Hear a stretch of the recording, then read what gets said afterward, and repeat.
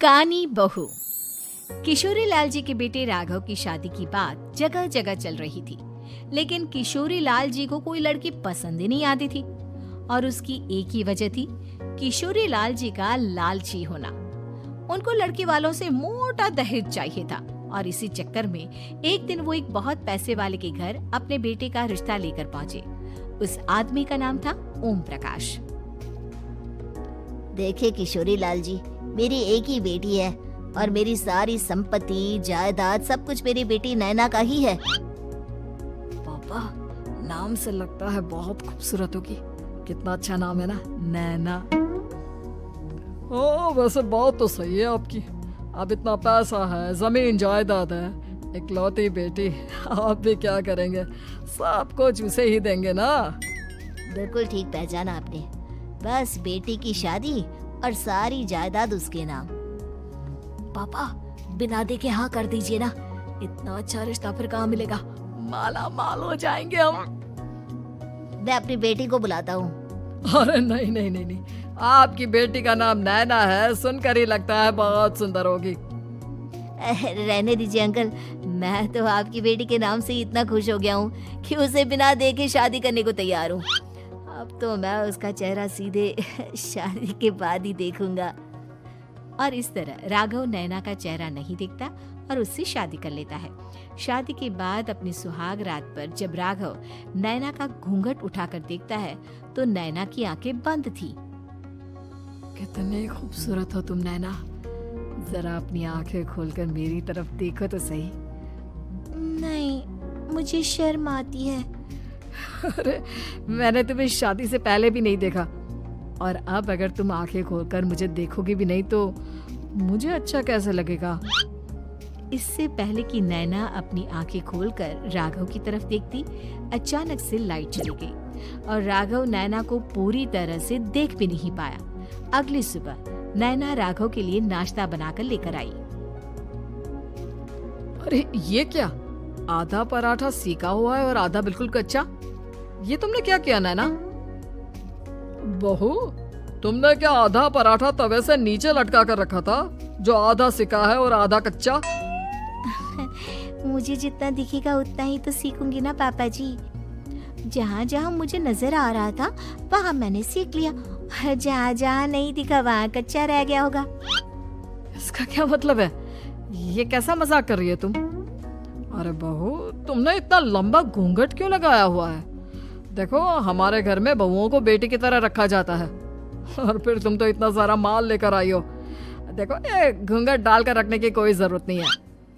हाँ नैना, पापा जी ठीक कह रहे हैं, तुम तो आराम से रहो, अपना ही घर समझो।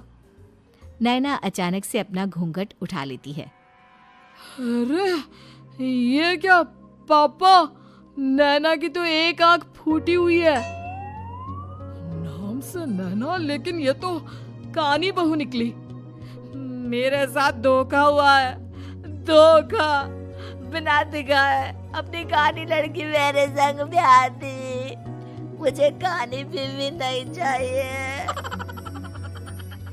मुझे अभी ओम प्रकाश जी से बात करनी पड़ेगी। आखिर उन्होंने मेरे साथ ऐसा किया क्यों?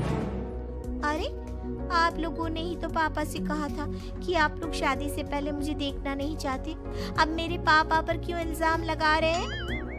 अरे लेकिन उन्हें बताना तो चाहिए था ना कि तुम कानी हो, एक आंख से तुम्हें दिखाई नहीं देता। किशोरी लाल और राघव नाराज होकर ओम प्रकाश को अपने घर बुलाते हैं। पापा जी, ये आपने क्या किया? शादी से पहले बताया क्यों नहीं कि नैना की आंखों में परेशानी है? अरे, आप भी ने तो लड़की देखने से मना कर दिया था। और लेकिन आप बता तो सकते थे। आपको तो हमारी बेटी की प्रॉपर्टी चाहिए थी, वो भी पूरी की पूरी। अब क्या हुआ अगर उसे आधा दिखाई देता है? प्रॉपर्टी तो आपको पूरी मिल गई ना। और ये क्या बात हुई? मेरी शादी प्रॉपर्टी से नहीं, आपकी बेटी से हुई है। अब ये तो पहले सोचना चाहिए था। तब तो मेरी प्रॉपर्टी देखकर तुम्हारी जुबान लप लप आ रही थी। लेकिन मैं कानी लड़की को अपनी बीवी बनाकर नहीं रख सकता। पापा, कुछ करिए ना आप। हाँ, करता हूँ। देखिए ओम प्रकाश जी, आप हमारे साथ ऐसा नहीं कर सकते।